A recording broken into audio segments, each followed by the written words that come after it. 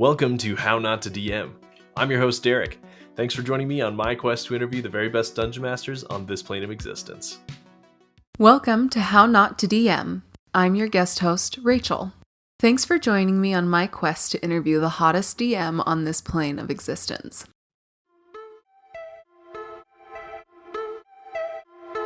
This show's guest is Derrick. He is the host of the How Not to DM podcast. By day, he's a mild-mannered, bearded business intelligence engineer and devoted husband and father. By night, he runs this podcast and DMs for our group of family and friends. He's been running games for a few years. He's especially skilled in character development and can perform nearly any accent at the drop of a hat. Enjoy!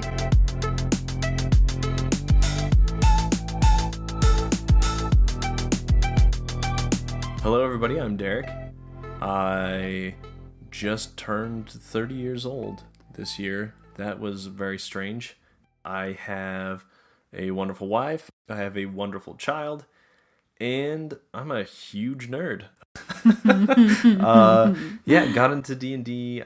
Rachel and I were just chatting about this week. I think it was the tail end of 2018 coming into 2019, as I recall.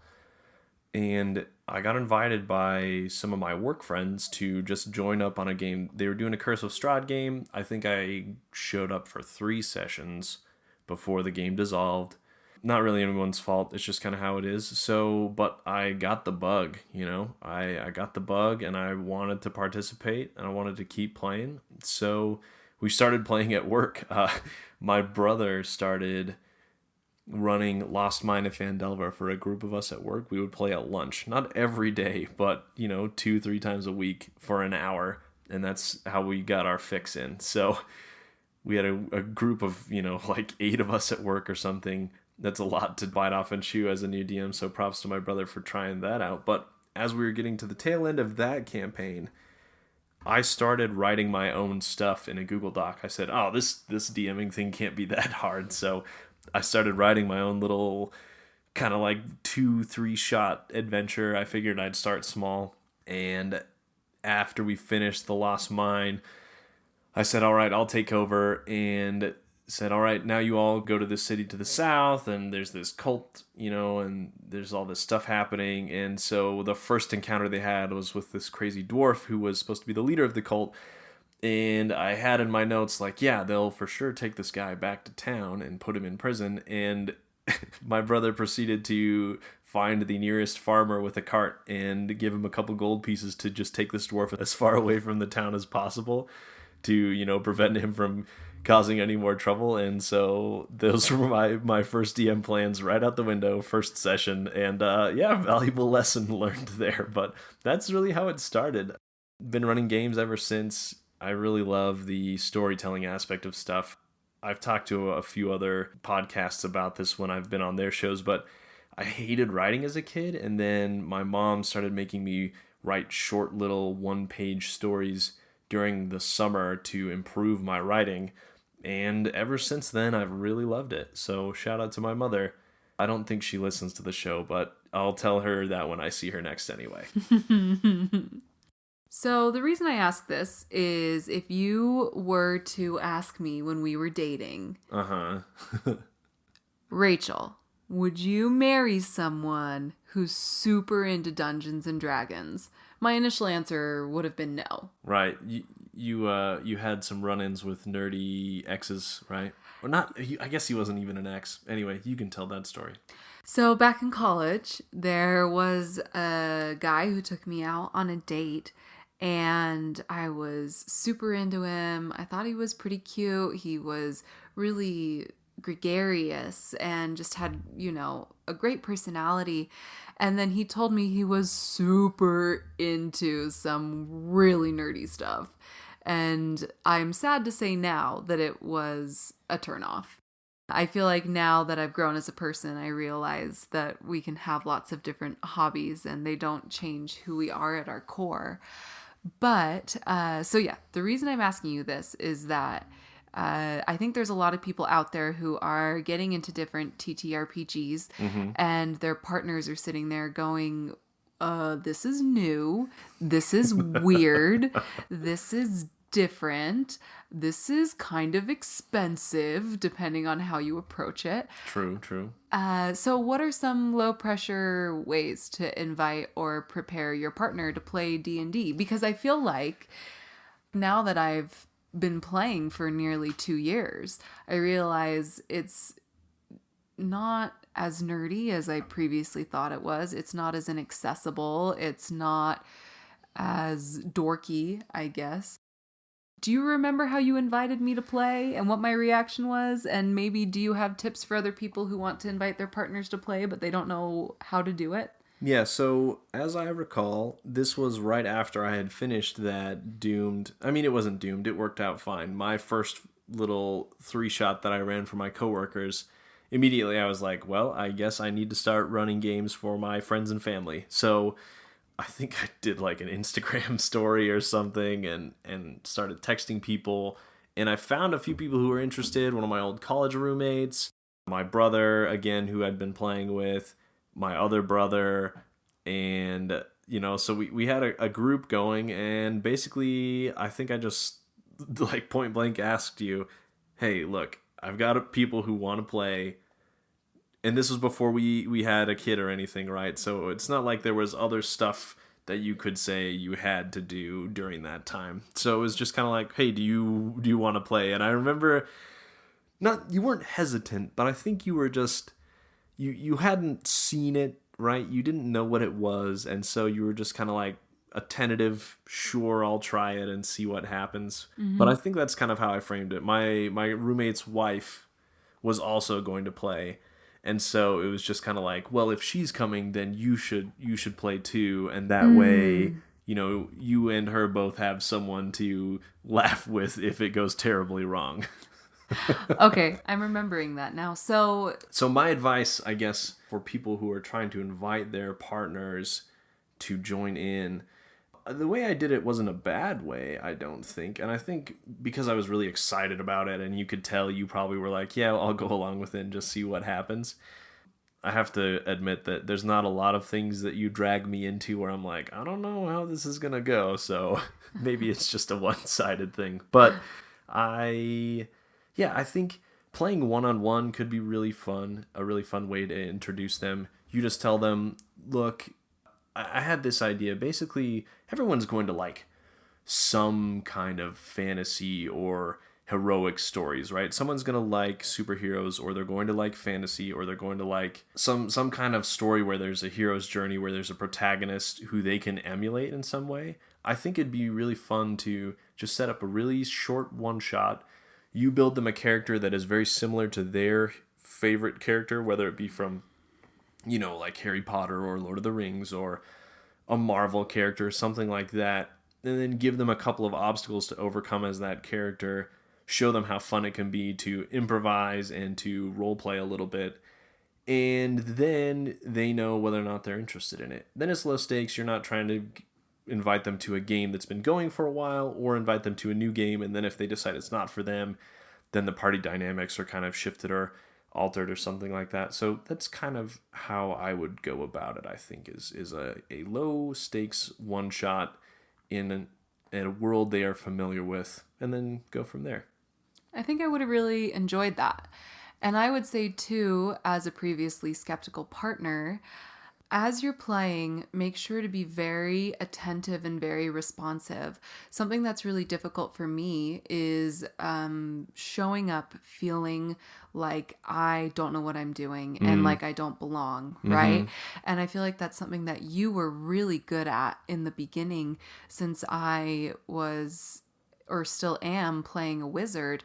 There's a lot of complexity to spellcasting, and I feel like you were really responsive, and you still are when I have questions and I don't understand how things are going, because I don't really research D&D in my spare time, right? Yeah, who would do that? And so having you there as a resource and a support just allows me to have fun. I'm glad. That warms my heart. Can you share with us what some of the worst mistakes are that you've made as a DM, and what lessons did you learn from these mistakes? Yeah. my little story there about my first game, that was a mistake, but that's kind of like the mistake that every single DM makes, is you go in and you expect your party is going to do exactly what you think they're going to do, and then they don't. So I learned that lesson quickly, but that was a mistake. As far as the worst mistakes I've made, that's a tough one. So many to choose from. I think oftentimes as DMs we're a lot harder on ourselves than our party is on us, right? Mm-hmm. Especially our group, friends and family, pretty low stakes. You're all there to have fun. It's not like you're showing up every week expecting top of the line story and voice acting and, improvisation and everything. It's really just about hanging out with friends and rolling a few dice on the way. Mm-hmm. And that style of play is not meant for everybody, but I think that I do a good job of facilitating that sort of game. One thing that I've done recently, or that I've noticed recently, is designing encounters and combats and stuff that don't necessarily have elements that all of you can interact with equally. And what I mean by that is, this is some advice I've seen circulating recently, and I really love it, and I'm going to try to use it as much as possible, but that is, each encounter you should have stuff for all of the different players to do. Mm-hmm. With a party of 5, it can be a little tricky, but I try to put certain things within combat or whatever that gives each of you a chance to shine. People that are far away for your ranged characters, stuff to hide behind for rogues, big bad things for the barbarian to go smash. Try to give everybody a little something to interact with and parts to shine. But it can be tricky, and so that's one thing that I feel like I've been doing poorly that I could improve. Another thing, I don't take very good notes. And as a DM that flies by the seat of his pants a lot of the time, if I don't take notes about the stuff I told you last session, and then I start saying something the next session and it's contradictory to what I said the last session, one of you always remembers and corrects me, and it's really on me for not having taken good enough notes. The last one you're going to dislike, but it is what it is. I think I have given you all too many magical items and abilities. And that's just part of it being kind of my first long game I've really run. Also that it's fun to homebrew cool abilities and items and stuff, and I'd want to reward you for, engaging with the story and the world I'm creating. But I think that if I were to do it again, I would be a bit more stingy with those things, just because, number one, I think they'll mean more that way, and number two, I don't have to keep throwing monsters at you that are far above the challenge rating, quote unquote, that you should be meeting for me to properly challenge you every session. So yeah, those are some of my small regrets. Another thing that I think that I didn't do well from the very beginning is making sure that all of you had really good ideas about backstory and where you wanted your character to develop.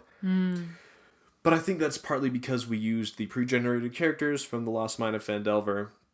Each of you picked a character, and the character sheets that they generate for those kind of pre-written modules all have backstories, but they are contained to that module specifically. So all of your backstories had something to do with just that area, little things here and there. And then once we were done with that, I began to homebrew, but we didn't talk about, okay, now what are you going to do? Now what are you trying to accomplish? And I just kind of threw you out into the ocean. And that was still fun, and you guys loved that part of it. Mm-hmm. But also, it wasn't super heavy on, your character's development. And I think I've really turned a corner on that within the last few months. So, yeah.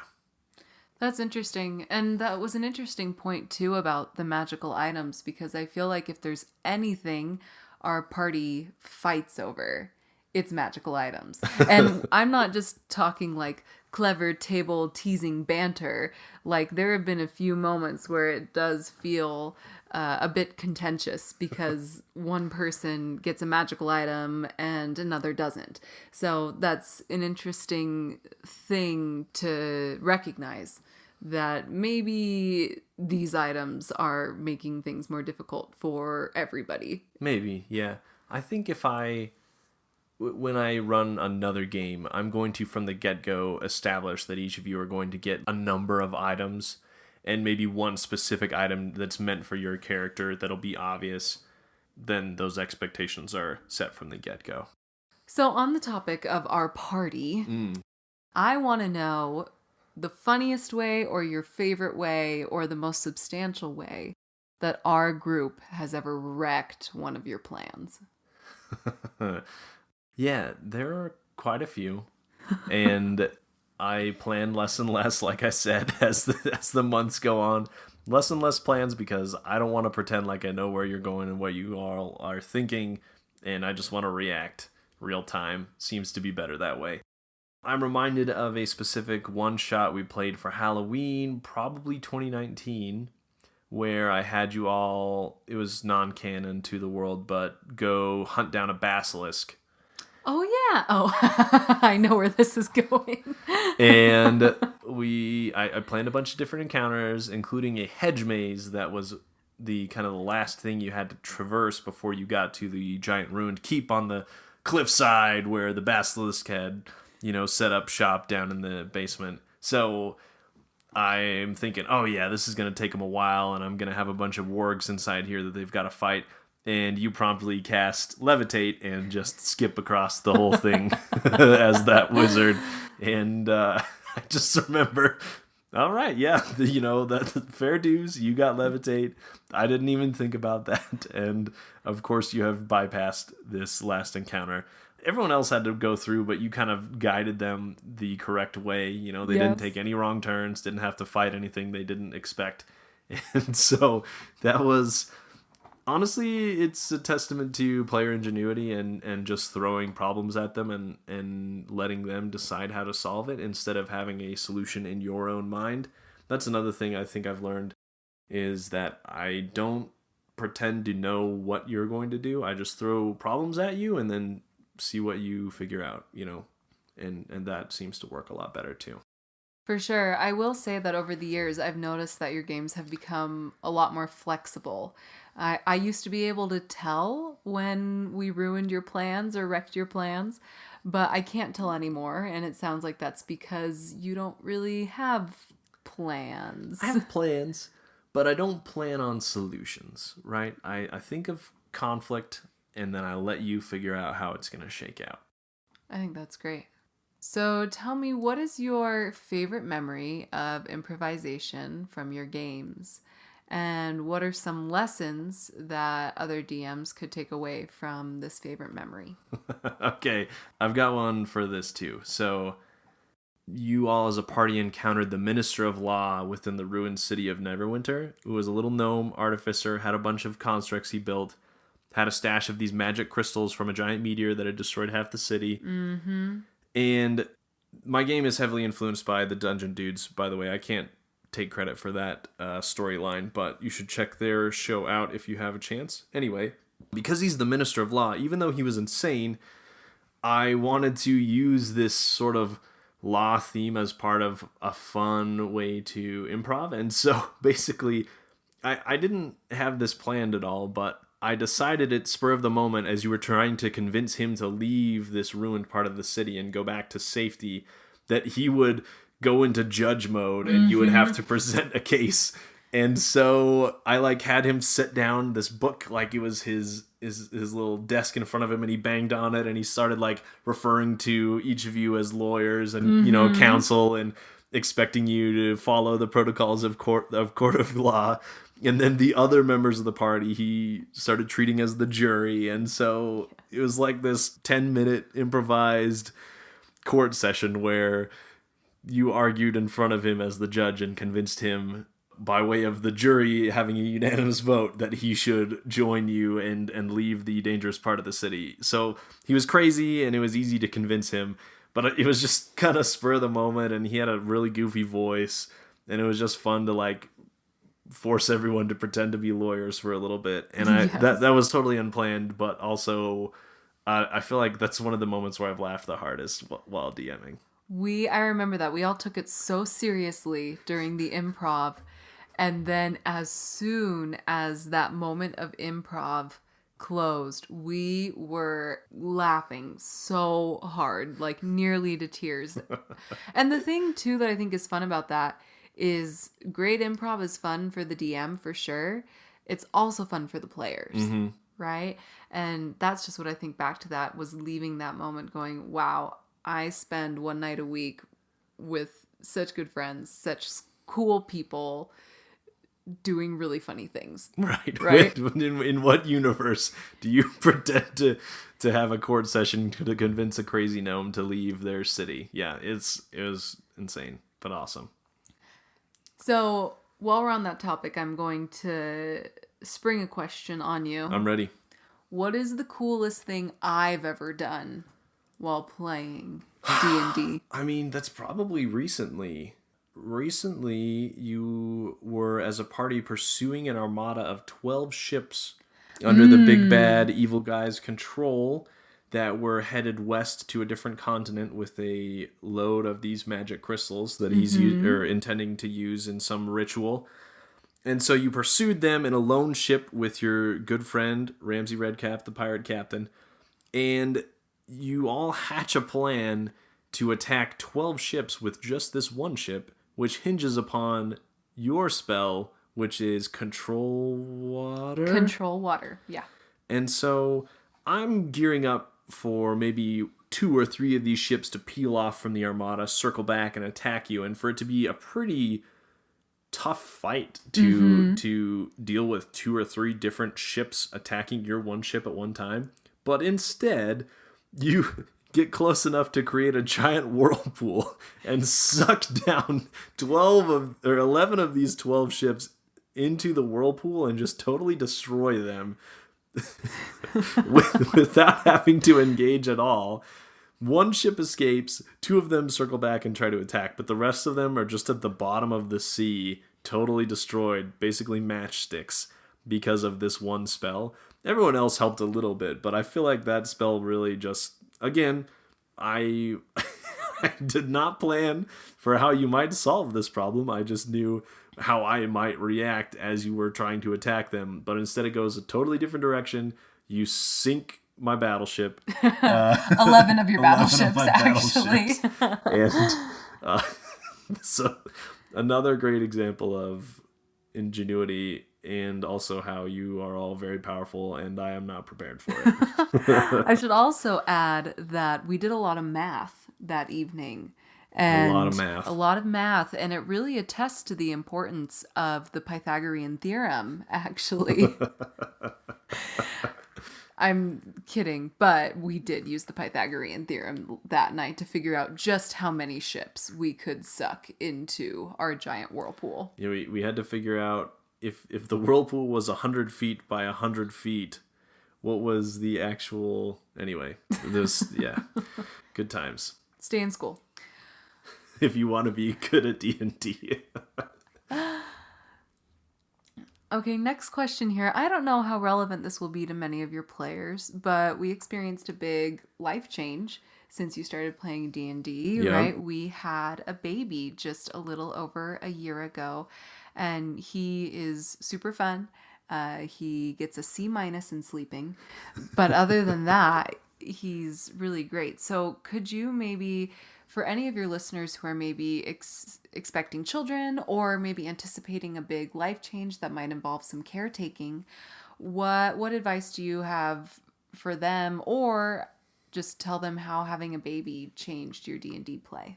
So it's been interesting. Just Saturday while we were playing, he was not sleeping, and so for about a quarter of the game, I was holding a squirming toddler in my arm while trying to run a game.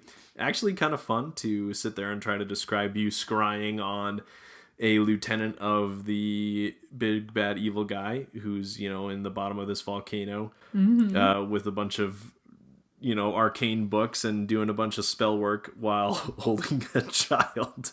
So, a challenge that I had not previously taken, but it was pretty fun.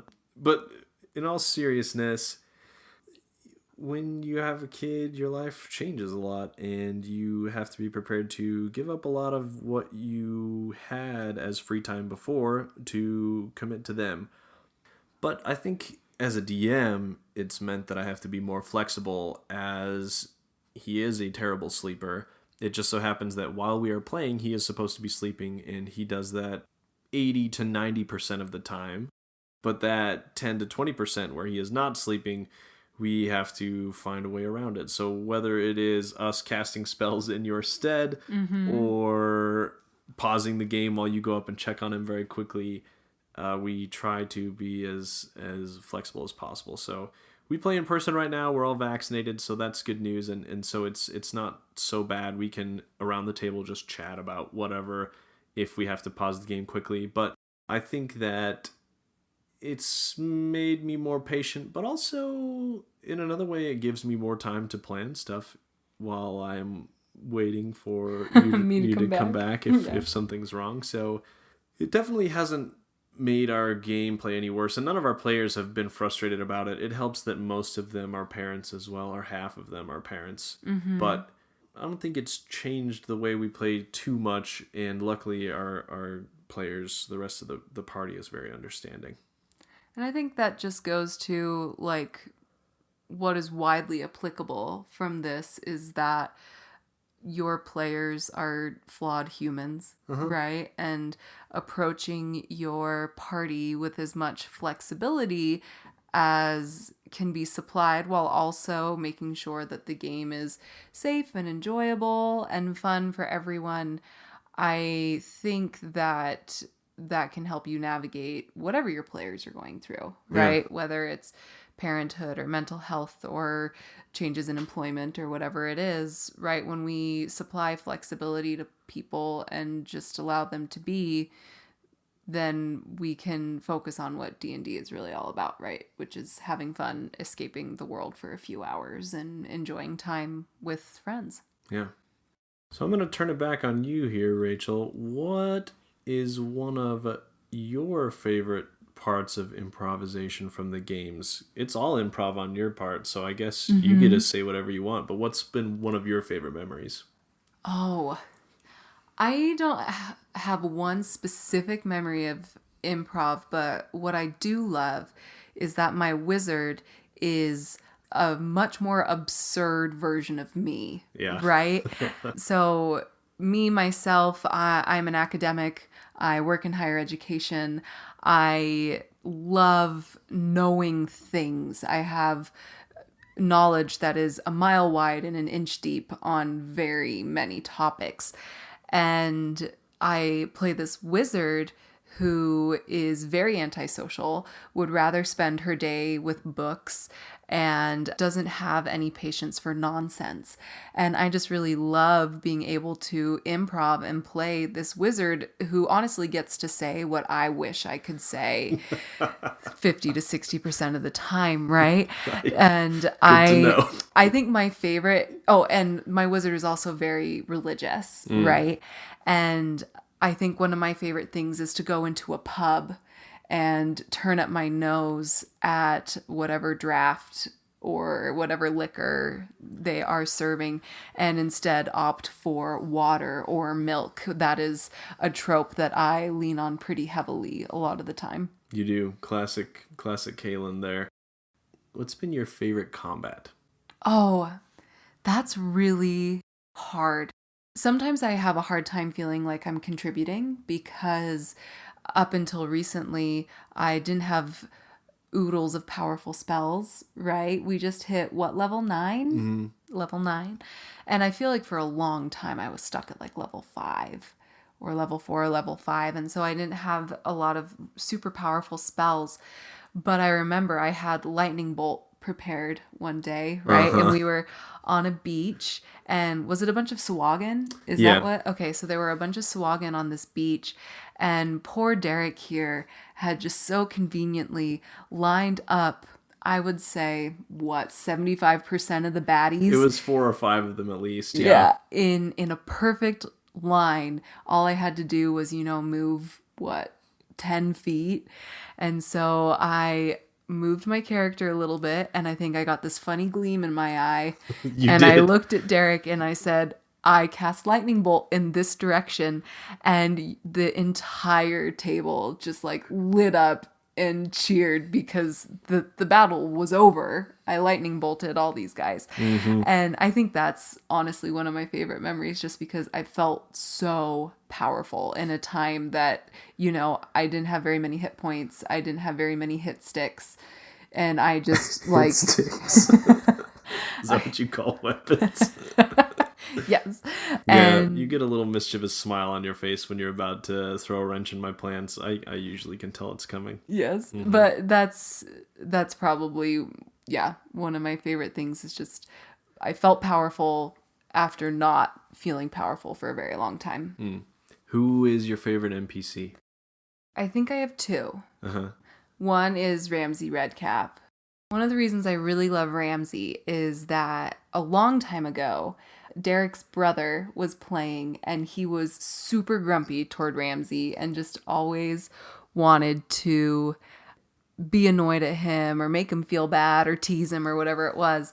And Ramsey is a bard, right?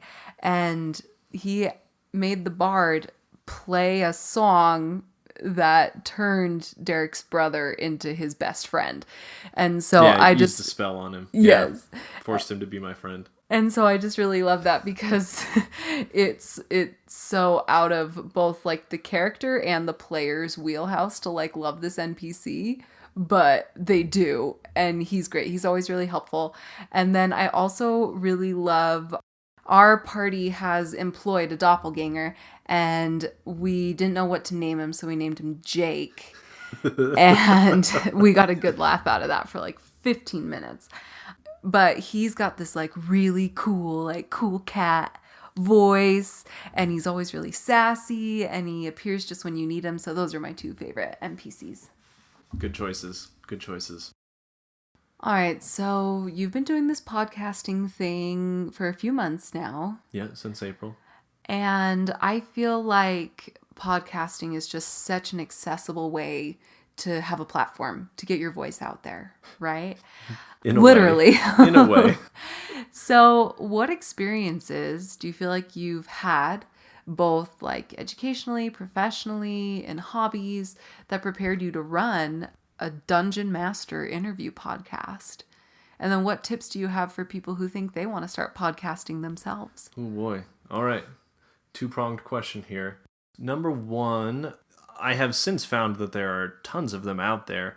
But as I was listening to actual play shows, I really wanted to pick the brains of the DMs I was listening to. And I've gotten to actually, so that's a funny byproduct of running my own show, is that I have actually been able to interview a handful of the DMs that I love and love their work, which has been really cool. But yeah, I would listen to these actual play shows. I'd listen to their styles, the way they would tell stories, run certain things of combat, run certain NPCs. And I would get lots of ideas of how to implement those ideas in my own games. But also I would notice little subtle things they would do and say. And I would wonder to myself if those were conscious choices, how they decided on those choices, what the reasoning was behind the way they did things. So yeah, in an effort to really improve my way of running games, I thought what better way than to pick the brains of the very best, figure out why they do what they do, and take the parts that I love and put it into my own games. So that was the idea. In my past, in college, I actually wrote for the university's newspaper for a while, and I really liked that part. I was doing feature writing, so it was just stories about different people in the community, interesting stuff they were doing. So a lot of interviewing there, at least 3 different people per story that I was writing. So I loved the interview format. I love thinking of interesting questions to ask people because I feel like correctly and interestingly worded questions lead to the best and most insightful answers. So I love formulating good questions. I think I really learned that from there. I also ran a sports blog with a buddy for a while in college. We did interviews of athletes for our school. We also interviewed professional athletes for local sports teams.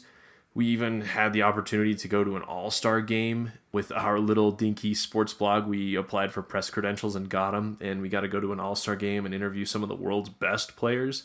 And that was really cool. And again, really solidified in my mind the power of the interview and how sitting down with someone and chatting with them makes a connection that you can't get from any other medium. So yeah, interviews fascinate me. I love them, and I really like doing them. Yeah, I think those are really what led me to realize, hey, this little hobby of mine, I should start doing some interviews for this too, just because it would be fun. And, here I am. It has been a lot of fun and will continue to be a lot of fun.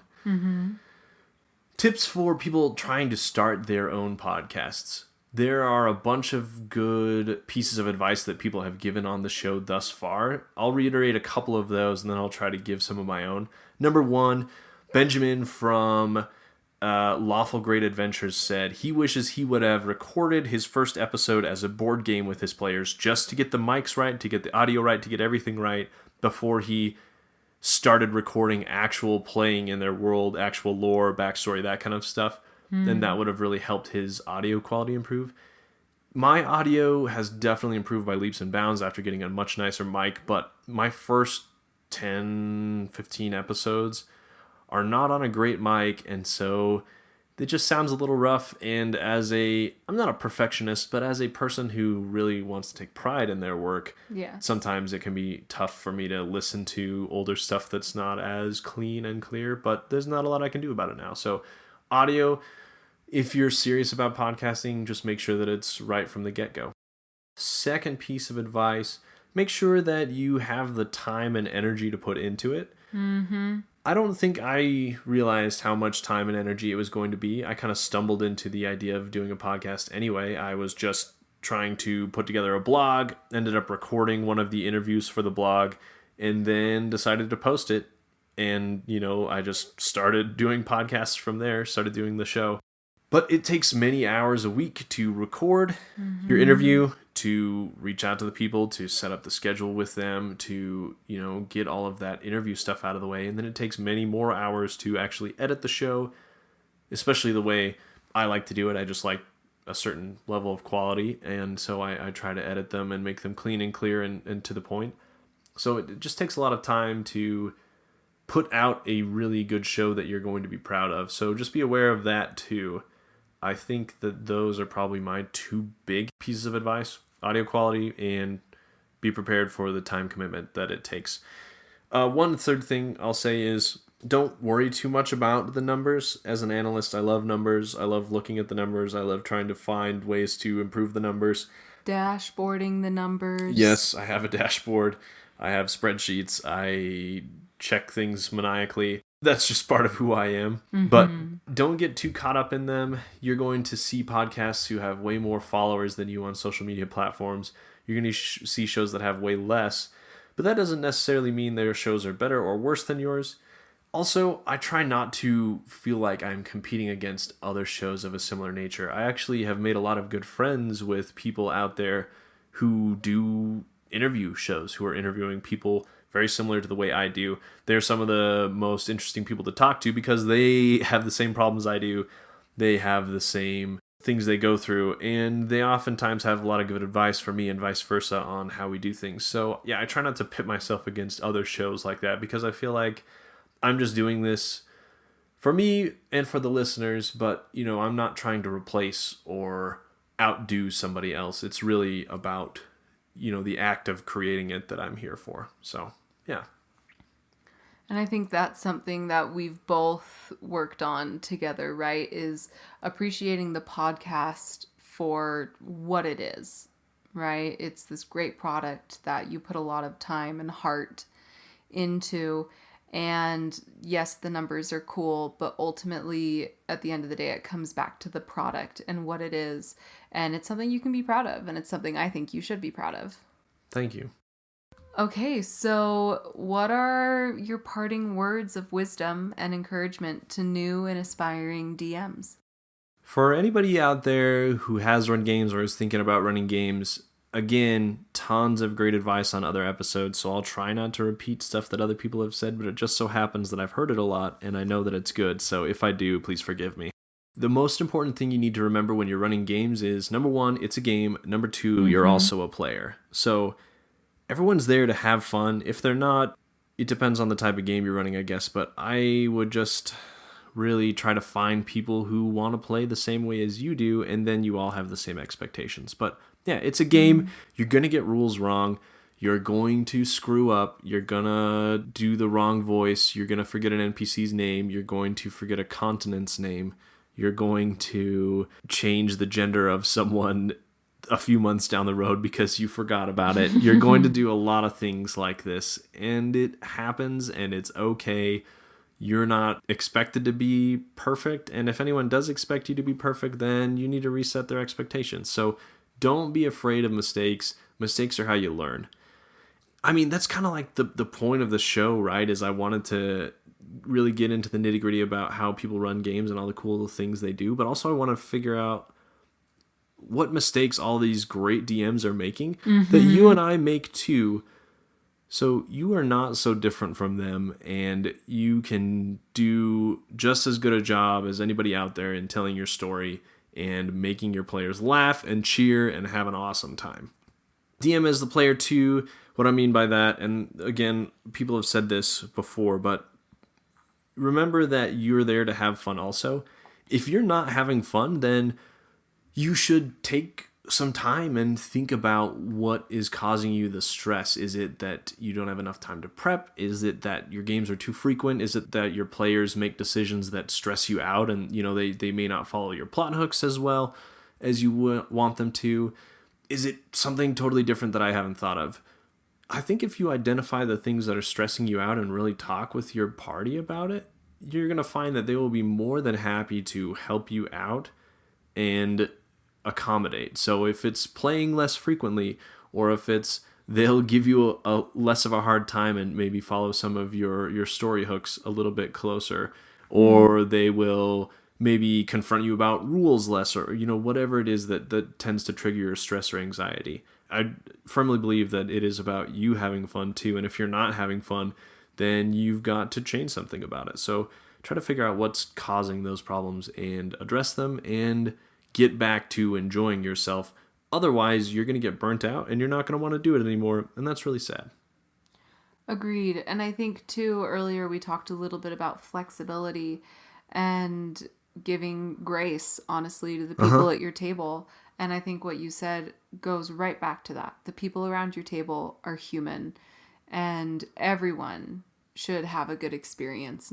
It's not just, you, dad, creating a great experience for the players, the kids, right? Like, you're all equals. You're all players. And by asking for that grace or that support from your table, you can really have a better experience as a DM. For sure. Yeah, so focus on having fun. Focus on your players having fun. And if you're stressed out, figure out why and fix it. So, could you share with your listeners some things you're currently working on, your recent guest appearances, and what's upcoming for the How Not to DM podcast? Yeah, I've had 3 guest appearances recently, which have been a ton of fun. The first one was with Raw and Order D&D. That's a podcast all about the rules of the game and how you might interpret them. And that was with Joe and Anna. They're 2 real-life lawyers, and so they decided to make a show where they talk about the rules of D&D and how you might rule them at your own table. So that was a ton of fun. We talked about the rules of Magic. The second one was with my friends at 2 Weeks One Shot. They do a one-shot podcast split into 3 to 4 episodes, usually a piece, each in a different news system. And we played a Savage Worlds game kind of leading up to Halloween about Mischief Night, the night before Halloween, and about evil taking over campus and how we were going to stop it. A ton of fun. Those guys are amazing and really good improvers, and I was laughing the whole time. So go check that one out. And then my third appearance was with my friend Fiona from the What Am I Rolling podcast and the DM's Book Club. I got asked to be on the DM's Book Club with her, and we chatted about our favorite horror monsters. Again, sticking with the Halloween theme, but we each picked 6 monsters that were really spooky and scary and talked about how we might use them in encounters with our own players. So a really good listen there too. So if you are interested, go ahead and go check those out. I'll put links to each of those in my episode notes if you are interested. You may have noticed in the show notes that this is the season 1 finale. This is my last episode I'm doing for 2021. I'll be starting back up early 2022 to bring you some more awesome interviews.